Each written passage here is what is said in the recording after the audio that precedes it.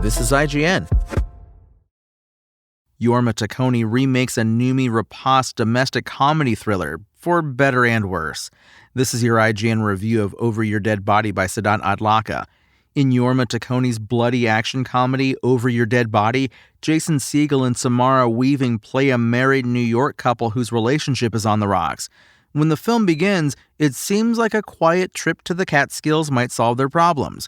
When their tensions don't subside, it quickly turns out they both have secret plans to kill one another for life insurance. However, much like their secret schemes which soon go up in smoke, the movie ends up going pretty far off track, with repetitive, over-the-top set pieces and a tone that gets mean and uncomfortable when it ought to remain a delight. Written by Nick Kocher and Brian McElhaney of the online sketch group Britannic, Taccone's marriage satire is a nearly beat-for-beat remake of Tommy Wirkola's The Trip or In Bad Days, but it departs from the Norwegian original's bleakness with some overt broad comedy befitting the names involved. Taccone was, after all, half responsible for the modern comedy classic Pop Star Never Stop Stopping, and as a co-founder of The Lonely Island, he's no stranger to hilarity. It's for this reason that failing film director Dan, played by Segel, makes for such a fun, intriguing protagonist.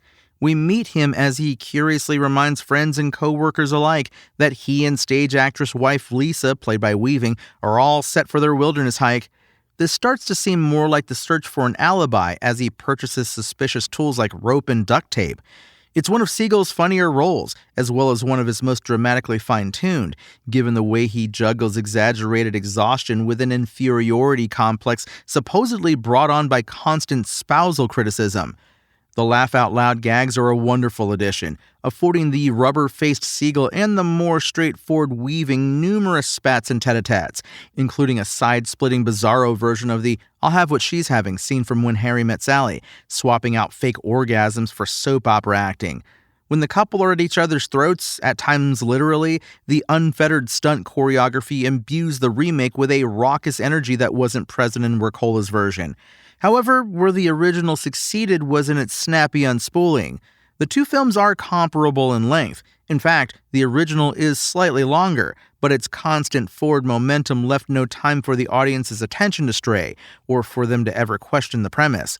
It's far more airtight in this regard, but the remake's dead air and vestigial dialogue provides too much room for a double take as to why Dan and Lisa seem to suddenly undergo a 180-degree character change so the rest of the plot can happen. Even if one were to forgive the occasional inconsistency, there are dramatic, comedic, and thematic holes which the remake's more gradual pacing fails to paper over. Where the original's protagonist was a Jewish man and the home invaders included a ruthless utilitarian and neo-Nazi, there are no such nerve-wracking dimensions in the Hollywood version. Its characters are interchangeable pieces. Timothy Olyphant and Juliette Lewis's characters, who were male friends in the original, are an oddball couple here, but this added subplot is never used to reflect or contrast Dan and Lisa's ongoing domestic drama, so it feels like dead weight. While the remake is undoubtedly funnier, it adds a handful of tonal elements that make for occasionally uncomfortable viewing.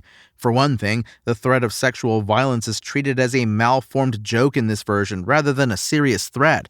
For another, the combo of its exaggerated carnage and the presence of a female villain means that Over Your Dead Body concocts a number of action beats where the entire punchline relies on the subversive surprise of a woman being on the receiving end of souped-up male viciousness. Intentional or not, this is unpleasant. While Over Your Dead Body lives in the same skin as the 2021 original, it departs just enough by way of tone to stake its claim as a wholly new film, more of a tribute than a remake. A tale of miserable spouses plotting each other's demise, it doesn't always work, but its action comedy stylings are enough to keep it entertaining, even when it swerves into ugly excess or extraneous subplots. Over Your Dead Body's IGN score? 6 out of 10. Thanks for listening to IGN. My name is Tony Jackson, and for the latest updates on Over Your Dead Body, visit us at IGN.com.